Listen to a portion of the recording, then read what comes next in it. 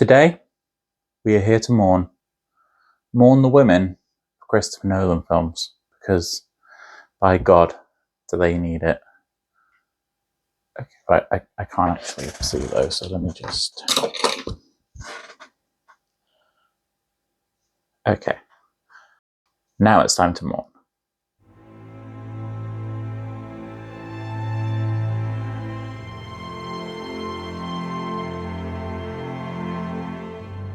Hello, my name is MJaded, and I'm here to talk about Christopher Nolan.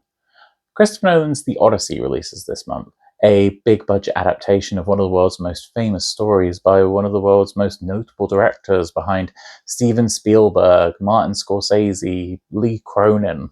A follow-up to his surprisingly blockbustery 3-hour movie about the man who invented history's greatest horror being sad about it, The Odyssey has been selling tickets for literally a year and looks like it's going to be a massive hit in a world where movies like this don't really become massive hits anymore, even if it is IP slop when you really think about it. I'm not kidding when I say Christopher Nolan is one of today's most notable directors, from pretentious film students to my mum, probably.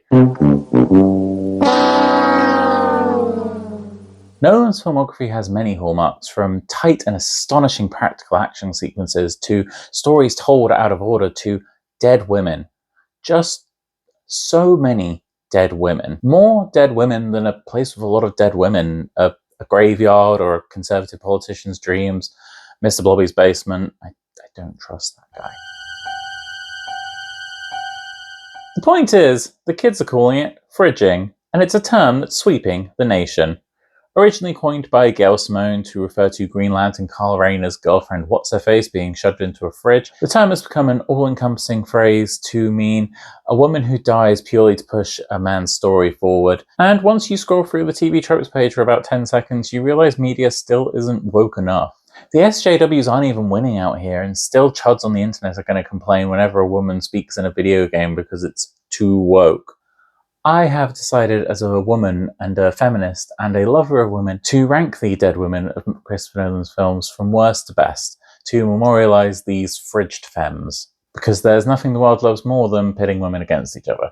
This ranking is based on a few things. I'm not clock watching, but amount of time in the film is a factor. How much character the dead woman has outside of her relationship to a male character, general vibes. A lot of it's going to be based on general vibes and how much I just like them. In fact, that will matter most if I'm being completely honest. So with all that said, let's get ranking.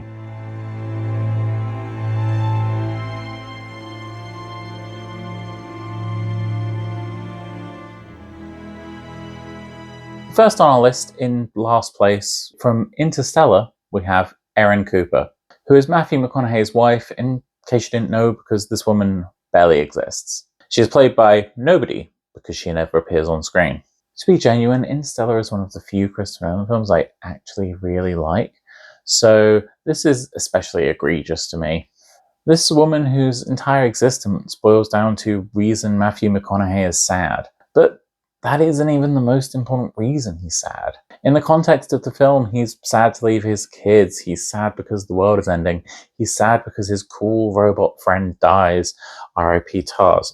You know what? I'm gonna just read her Wikipedia page from the Interstellar Wiki, which is characterized under characters and dead. Erin Cooper, citation, the official Interstellar novelization, is Donald's daughter, Cooper's deceased wife, and the mother of Murphy, Murph, and Tom. She died of a brain cyst that went undetected due to MRI machines no longer existing. Joseph Cooper describes her as the calmer one. And there endeth the wiki. I don't know what to tell you on this one. At least we got Anne Hathaway's cool Amelia Brand, whose entire existence boils down to being in love with a man and the power of love guiding her to a planet that should work, hopefully. And Murph, who gets to be inspired by her father to become a scientist, and then she does a lot of cool stuff off screen. Over there, she's just over there doing cool stuff, you just can't see it. She's just a little too far away. Even putting this character on the list feels like a bit of a stretch, but it's my list and I've done it, so here we are.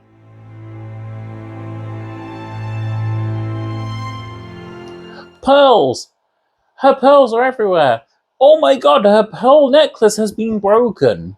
Martha Wayne is famously the mother of Batman, famously shares a name with Superman's mum, Martha. Why did you say that name? And famously is shot, and her pearl necklace flies everywhere in a mugging for her pearl necklace. Oh my god, the pearls, they're all over the place. Who's going to pick all these up? Is it you, Joe Chill? I don't think it is. You're a criminal. I was honestly shocked by how little play Martha Wayne gets in Batman Begins and the whole Dark Knight trilogy. I think in my head I sort of created this sort of delusion that she and Bruce Wayne's dad shared the same amount of screen time in this movie that I hadn't seen in about 15 years, and that was very much not the case. And unlike Thomas Wayne, she doesn't even get to die slowly and have dramatic last words. Just dead. I get that Nolan wanted this film to be about a father-son legacy and a son upholding his father's, vision for the city. But couldn't Martha Wayne have done something? We get no idea of who this woman is, what marrying into the Wayne family meant to her, or what, situation she came from before the Wayne family. I'm not asking for a lot here, just like a scene, a moment, maybe anything that gives a hint towards the relationship between her and her son, or gives us any idea of what this character is like as a person. Just anything to do. Anything.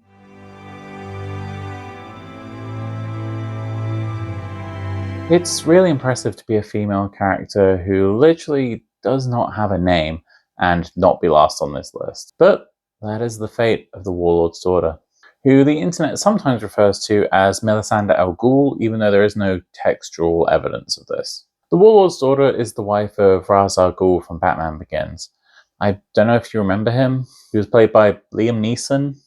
He has a special set of skills and includes pretending to be an old Asian man. His house got blown up.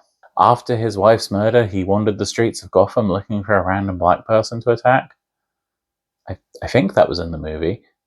But yeah, his wife lived in prison because her father was a warlord and they secretly got married, and the father was angry and he was going to put Ra's al Ghul in jail, but she loved him so much she said, no, put me in jail instead. But she had a kid, so the kid had to live in the jail too, and then someone left the cell door open by accident one day and she got attacked and died. Yeah, I don't know if you remember this. This is what happens in the movie. It's kind of a really horrifying situation when you think about it for too long. This character didn't get much, but at least she had the agency of going to jail to let her man go free. Emphasis on man. It is something at least, and gives us some handle on this character, which is more than I can say for the previous two on this list, and that gives us something even if she ultimately does once again revolve around her relationship to a man.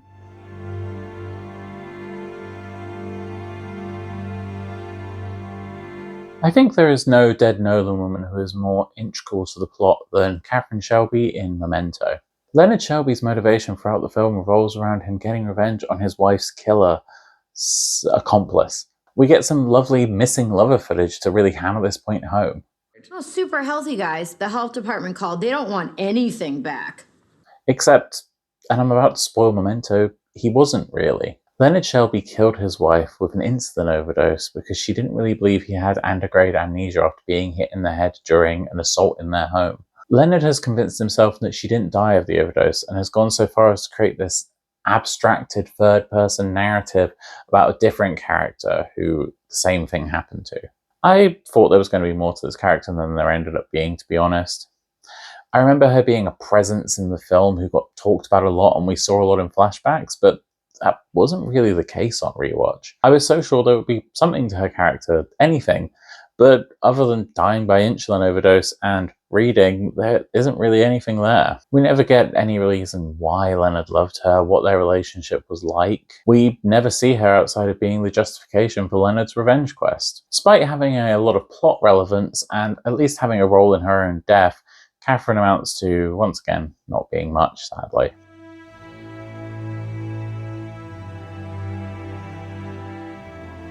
The last of our lady not appearing in this film segment, Kay Connell is the murder victim who is at the center of the Christopher Nolan film Insomnia, where Al Pacino is sent to Alaska to investigate her death and doesn't get to sleep at all because it's light all the time. I will say I kind of found this film a bit boring.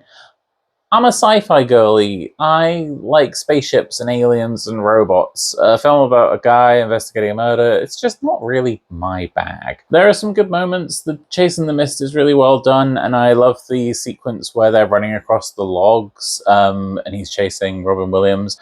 And Pacino and Williams give good performances as these men who justify their evil deeds. But it's a mystery, and to mysteries I say mystery.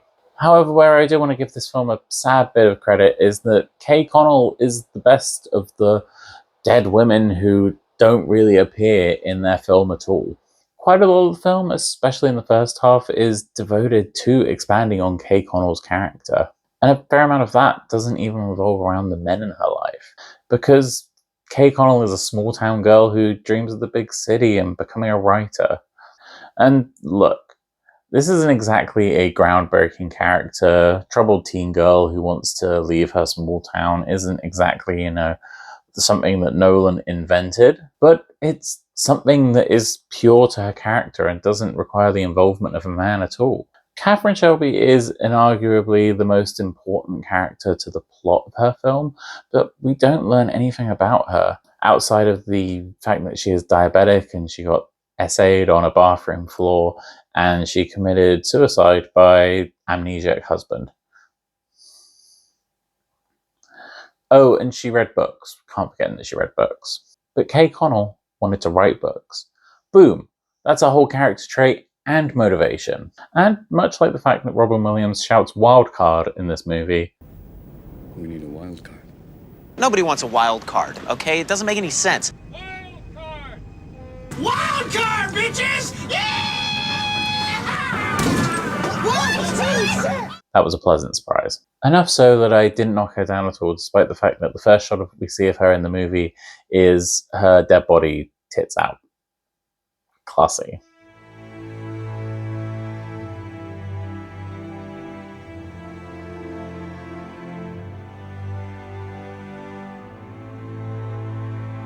Finally, a character with scenes. Following was Christopher Nolan's first feature film.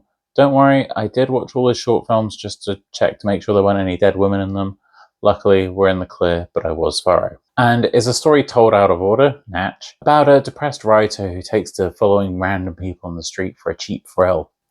He ends up following a burglar who takes him under his wing to teach him the ways of stealing women's underwear and pretending it's a statement. Can I say that this guy is a pretentious twat? And I don't know if I'm supposed to think he's a pretentious twat or if I'm supposed to think he's like super cool. It's like, what if the Joker from The Dark Knight had the overwhelming charisma of a man in his 30s who buys kids booze from an off-license so that they think he's cool for 5 seconds? I'm sorry to the actor, I'm sure you're a cool guy. He's an architect now, and I googled his name in controversy and nothing came up, so fingers crossed. Yeah, this film was a tough hang, even if Letterboxd reviews are trying to convince you that you can see Nolan's early brilliance shining through. It's just a draggy, pretentious student movie, in my opinion. Our subject, the blonde, is a blonde woman who our protagonist, sad boy, gets into a sort of loveless love affair with, before eventually she betrays him because she was really working with the thief guy and he was playing them all along. But then he betrays her because he was playing her all along. It was all his evil plot, and she's sort of mildly bored about this. Oh no!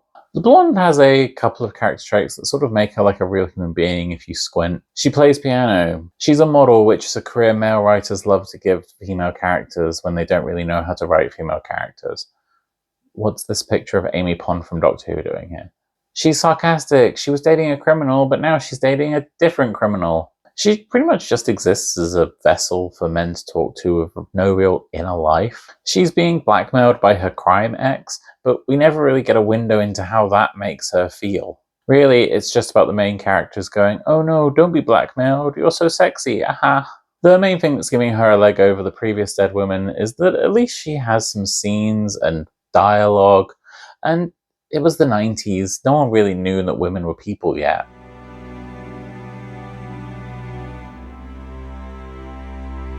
There are actually 2 dead women in The Prestige, but Sarah Borden is lower down the list. I'll get into why a little bit later on, despite the fact that the other character has 1/10 of the screen time. But for now, let's focus on Christian Bale's sad wife. For those unaware, The Prestige is about the rivalry between two magicians and the increasingly insane levels they go to one-up each other in their attempts at revenge. Honestly, I've polled hundreds of completely legitimate people who are me, and they all agree it rocks. David Bowie is Nikola Tesla, Michael Caine is there talking like this, Master Wayne. And Scarlett Johansson's there. Scarlett Johansson! I'm going to spoil the twist of The Prestige now, so if you're actually going to listen to my advice, which is to go see this movie, skip ahead now. The film's big twist is that Christian Bale is actually playing twins who are sharing one life so they can pull off one amazing magic trick. It's a really high level of dedication. If I had a twin, I think I'd just get separated from them as a baby and then meet them years later at a summer camp and work out a way to trick our parents into getting back together. Disney's The Parent Trap. Or I'd swap with them halfway through wrestling matches so that the other one could come in and be fresh so that they could win the match. Oh, keep an eye on the bellies. Wait a minute. We're here to talk about Sarah Borden, Christian Bale's wife, who I really thought would have something to do in this film. Yes, we're still in I thought they would have something to do territory. But she basically only serves to go slowly insane because the Christian Bale twins are gaslighting her and then kill herself. Again. God, I hope I don't have to talk about more women killing themselves in this video. It's kind of gross, and it's really bad for the algorithm. The main thing Sarah Borden has for her is Rebecca Hall's amazing performance, which really brings life and elevates this character beyond what's on the page, which is really very little. I honestly cannot think, beyond loving one half of Christian Bale and the whole day drinking unaliving thing, of what Sarah Borden's deal is. She has a nephew, another man. This woman has 5 people above her on the list and 6 behind her, and we're still in the territory of me struggling to think of what she does outside of the male protagonist. Surely it has to improve from here.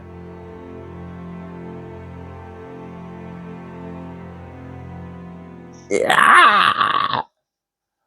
Look, is Nolan implying that Jean Tatlock was killed by the CIA for being a communist? Maybe one of the coolest things Nolan has ever done as a filmmaker? Probably not. But it's up there. And I know what you're thinking. Emily, Barbie or Oppenheimer? To which I say, Mission Impossible Dead Reckoning. Did you see that car chase? Everyone was talking about Barbenheimer, but I was all about Mission Impossible, Dead Talk to Me and Ing. Oppenheimer, for those of you unaware, is Christopher Nolan's big, long, boring movie about how inventing the atomic bomb would probably make you sad and stuff.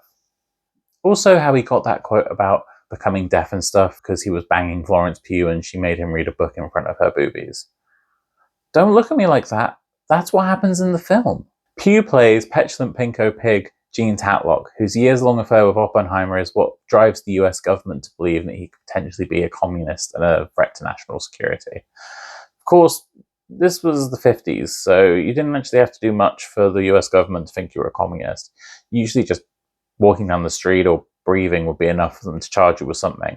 And I thought, mentally unstable, politically outspoken mistress of Oppenheimer, who's played by one of today's best young actresses, Nolan's first sex scene? There has to be something here. And in a completely surprising non-twist, I was disappointed. Much like the World Cup, you'll get them one day, America. My absolute favourite country. I just wish it was real. But despite having a lot of character in theory, Tatlock basically serves to sit in rooms with Oppenheimer and talk to him about stuff. And look, I know what's going to happen. Emily, the film is called Oppenheimer. Of course he's going to be the main focus. And yeah, sure, person who I made up who has an annoying voice so that people don't like you inside with me. But that doesn't mean characters around him can't also be fleshed out and compelling. Matt Damon and Robert Downey Jr. both get to be fleshed out characters with goals and motivations beyond dying to make Oppenheimer feel sad. And none of the female characters so far on this list have gotten that. They all feel so two-dimensional compared to the men around them. They have no lives of their own, no wants or desires. I really started to feel as if while I was making notes in my little notebook, like I was seeing The Matrix for the first time. What do you mean I'm trans now? But seriously, I always heard people ragging on Nolan for his bad female characters. And it's not like I was ever like, no, actually, Nolan writes great women. But watching all of these films together has really made me feel like I'm stepping through the looking glass. I kind of feel like we haven't been harsh enough on Nolan and his female characters. How can one of the most important storytellers of our age not know how to write half of the population? Well, okay. Please tell me we're done with talking about women killing themselves now.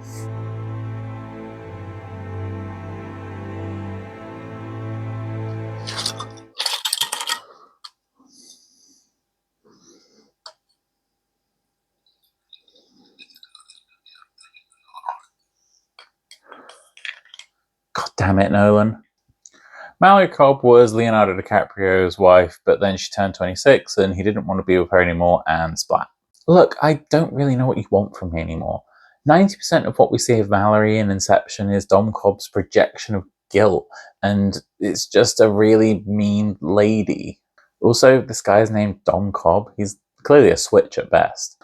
I like the idea of Dom and Mallory being trapped in a dream for so long that they never truly know if they're awake, and I like Mallory as a mean dream projection. She's totally serving Whispering Eye. But that isn't Mallory. That's Dom wanting his dead wife to dream top him. I pretty much put her up here because I liked the dream thing so much, but she's still very much revolving entirely around a man, and I'm done with it. We have to move on to the characters that are actually vaguely good. Please.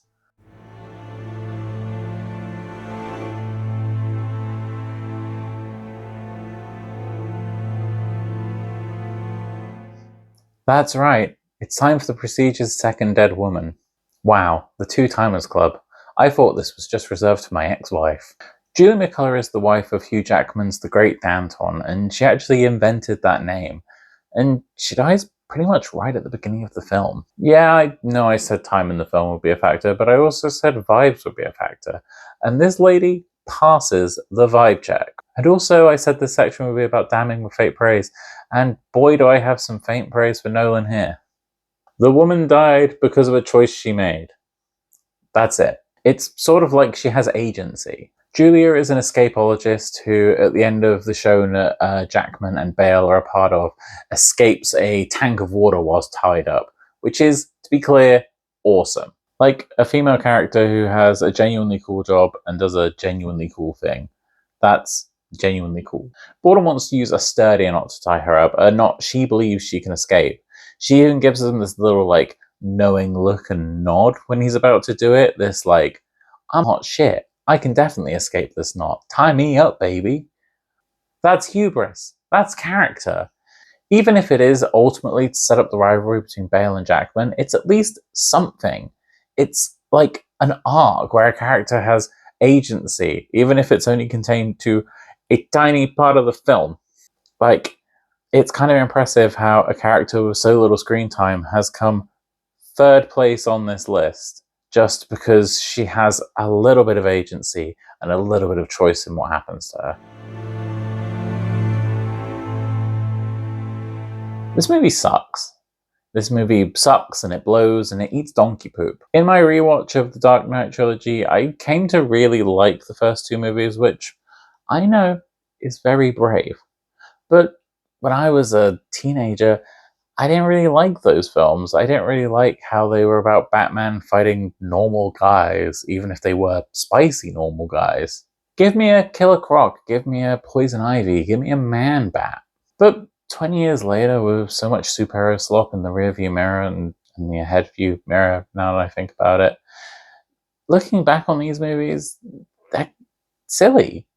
Like, they are fun superhero movies, even if they have a more serious veneer. I've seen Chair 2LL now. I know what a depressing movie looks like, and it isn't this. They're actually silly fun times, and I was just a teenager who refused to like things that were popular. Unlike now, where I'll just take any populist crap that anyone wants to give me. Shovel the Spider-Man movie into my mouth, Daddy Marvel. But despite my face turn and massive character growth into a woman who cares less about stuff than she did before, The Dark Knight Rises still blows chunks. Rushed and weird, and Christopher Nolan at his most openly conservative and just very, very lame. Joseph Gordon-Levitt is lame, and Bane as Occupy Wall Street is very lame, and he talks like this, Batman. And on top of it all, this movie has a weird, lame twist where the woman who becomes CEO of Wayne Enterprises, Miranda Tate, is actually revealed to be Talia al Ghul, the daughter of Ra's al Ghul from the first movie. I already did the bit, so just remember he was the bad guy.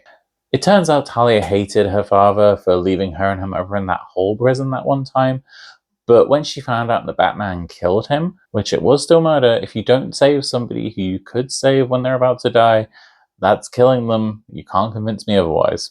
She decides that despite hating him, she has to get revenge for the death of her father. I think I just like that she spends most of the movie pretending to be a rich lady. I think it's funny how she clearly doesn't want to do it the entire time and how it's so beneath her, and she's only doing it for her ridiculously complex plan.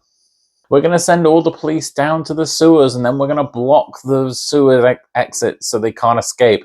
And then we're going to put Scarecrow in charge of the city, and we've got a bomb, and we're going to pretend we've got detonators for the bomb. But really, the bomb's just going to go off no matter what. And we're going to make Batman watch from a cave. And I did hate my dad. I really hated my dad. But I still want to get revenge. It's a mess of a movie, and I know I keep saying that, but I want to underscore that I think that actually helped Talia a lot here. I love the drama of it. I'm going to pretend to be a rich lady and sleep with Batman and do this 10 layers of 3D chess BS to get revenge for a guy I didn't like. So I appreciate that she had a motivation and a plan, even if it did ultimately revolve around a man. And Marion Cotillard is cool, and honestly, seeing what I'm working with here, I feel like I'm trying to rank blank pieces of paper, and it's really difficult. I'm struggling. So maybe before we get into the top spot, I need a little rest, I need a little palate cleanser, I need to reset. Maybe before we get to the top spot, we need to get into the parade of women who didn't die. Good job.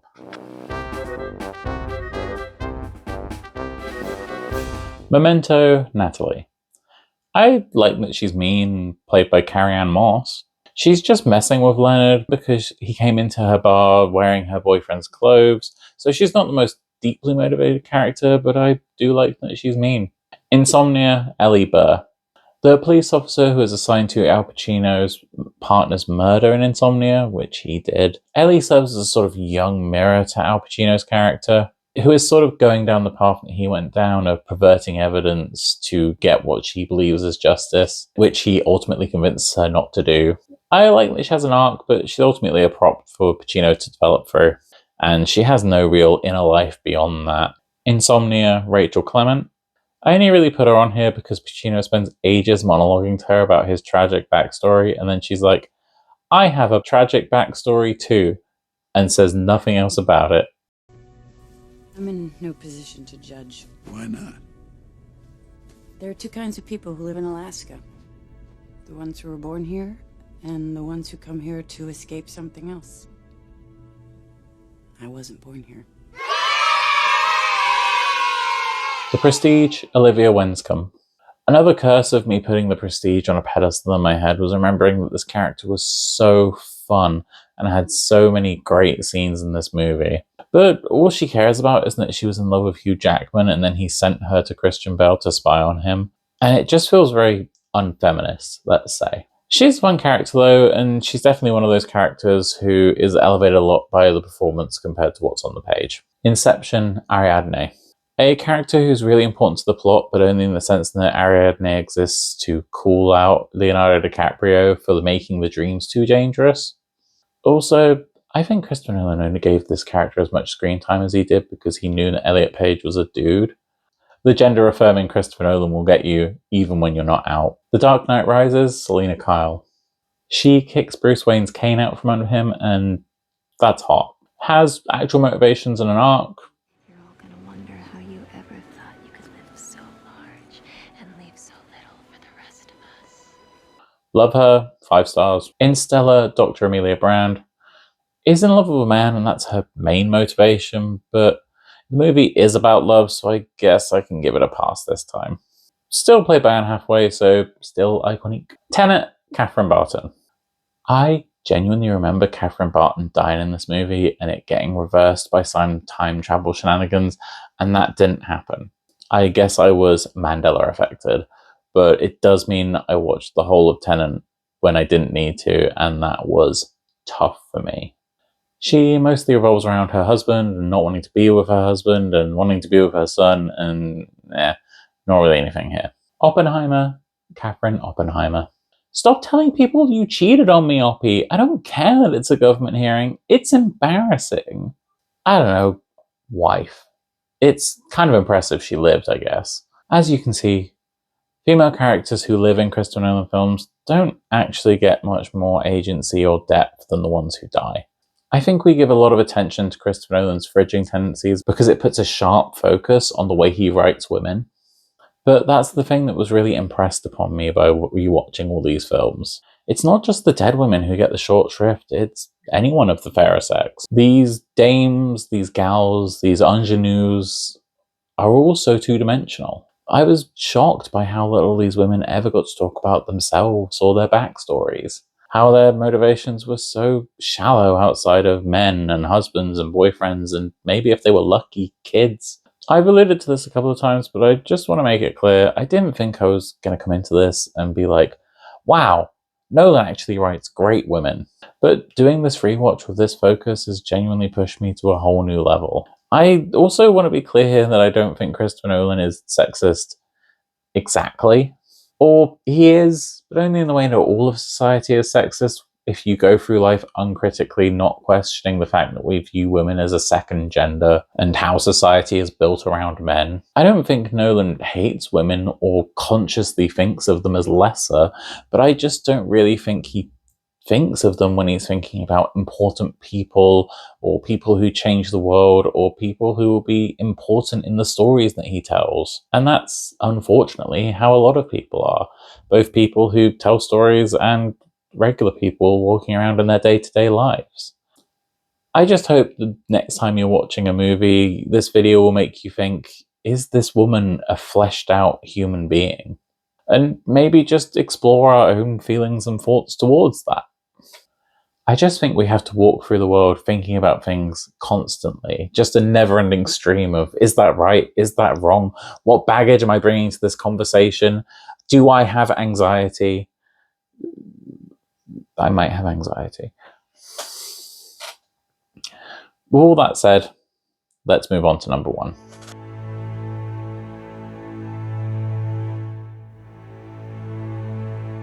Maggie Gyllenhaal, I love you. Even if I did sit through The Bride, and even if I did lose 10 years of my life to its dark curse, I still love you. And babe, you did everything you could in The Dark Knight.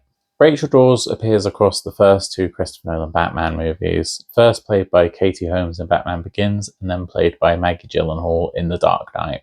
I don't want to get too into comparing the performances because I feel kind of mean backing the hydrogen bomb when it's fighting the coffin baby. That was kind of mean anyway.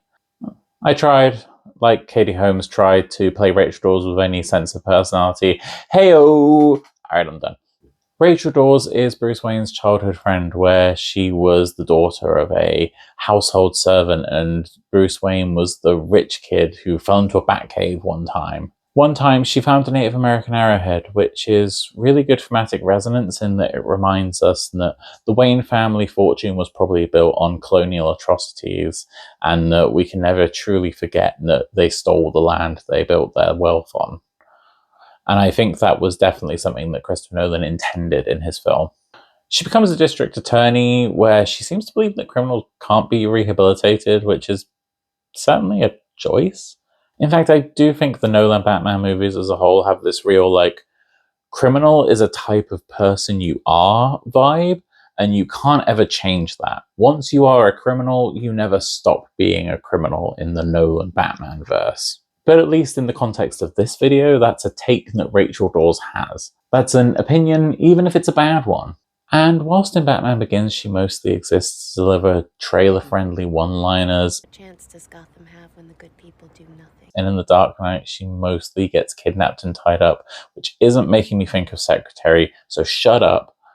She at least gets agency. We do get to see her working class background and how it made her more aware of Gotham's wealth inequality and criminal underground and why that led her to be a crusader for justice. Rachel Dawes isn't perfect. It Feels like she mostly exists to inspire Bruce Wayne and then to die to make Harvey Dent into Two-Face. Also the fact that half his face caught on fire, I guess. But I feel like more than any other woman on this list, I understand why Rachel Dawes is the way she is. And that she exists in a world outside of Bruce Wayne.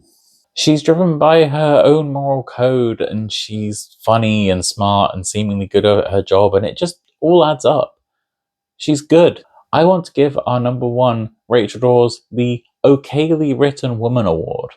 And I can only give you the okayly written woman award because you did spend most of the second movie the indecisive third of a love triangle. So, yeah.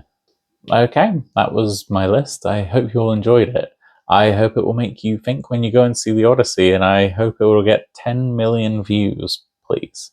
Tell me your Christopher Nolan thoughts. Do you think I was too harsh? Do you think I was not harsh enough? Do you think The Blonde is super well written? Leave a comment, leave a like, subscribe, and I'll see you all soon.